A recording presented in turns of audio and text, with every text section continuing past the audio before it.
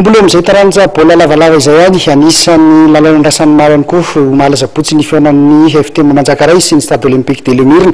Somary mandisy fanantenana ny mpijery ilalao naseho ny Stade Olympique de Lemirna tamin'izay omaly izay mazava loatra ny voaka nandresy zareo avetsy Manjakaray tamin'ny isa 3:30 no 5:40.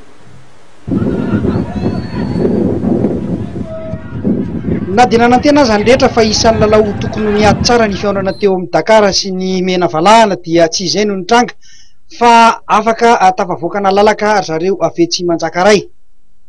Resin'ny FTM Manjakaray manao akanjo manga amin'ny sary tamin'ny isa mazava 3:30 no 5:40 ny Stade Olympique de Lemirna omaly tolakandro teny Ankianjamaki Andotapenaka.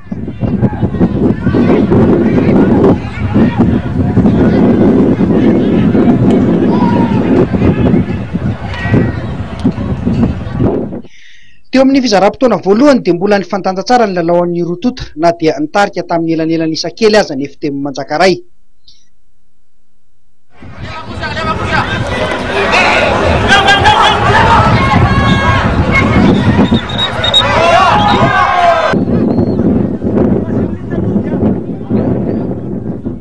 Teo amin'ny 5:20 minitra ny fidirana faharoa dia mbola tsy nifanalavitra ny isa ary mbola afaka nanohitra tsara ny FTM Manjakaray ny stady.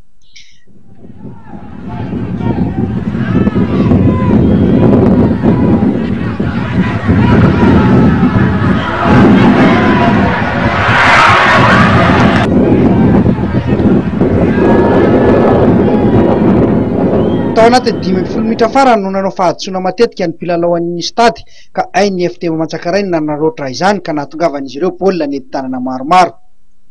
Tany amin'ny segondra farany aza dia mbola nahatonga baolina nentim-tanana ny FTM Manjakaray saingy tsy maty izany satria faly loatra inantenaina ny tondra ny baolina ary saika hanome fahafinaretan'ny maso ho an'ny mpijery teo am-paniriana ny baolina saingy tsy nety izany ka dia tsy maty izany iny baolina iny.